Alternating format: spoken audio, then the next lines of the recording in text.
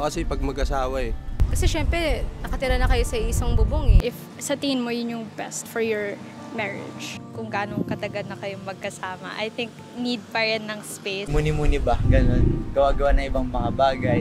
Tapos doon, tsaka nila pwede pag-usapan ulit yung mga pinagawain nila. Nag-away po kami. Kasi yung sa mag-asawa, hiwalay na yung kailangan kung sakasakaling hindi kayo magkaintindihan.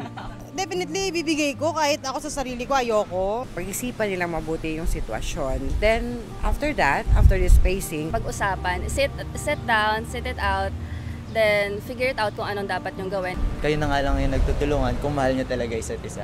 Babalik at babalik kayo.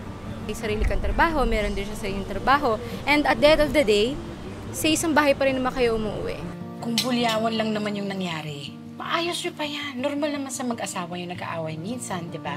siguro a space for about 2 days. Sa akin, ayoko nung space kami. Bibigay ko sa kanya yung kulop tsaka space hanggang sa mag-enjoy na siya sa iba. Ganun ako.